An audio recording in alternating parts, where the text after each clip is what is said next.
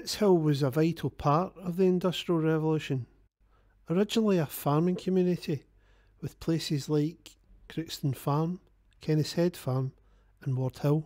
It wasn't long before Charles Tennant, the chemist, quickly realised the benefits offered by the wide open fields and used much of the land close to Nitshill as bleaching fields.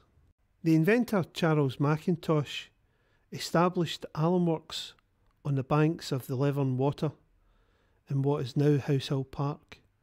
Soon Mackintosh and Charles Tennant established a fruitful partnership which was founded in Nitshill and soon moved to other areas of Glasgow.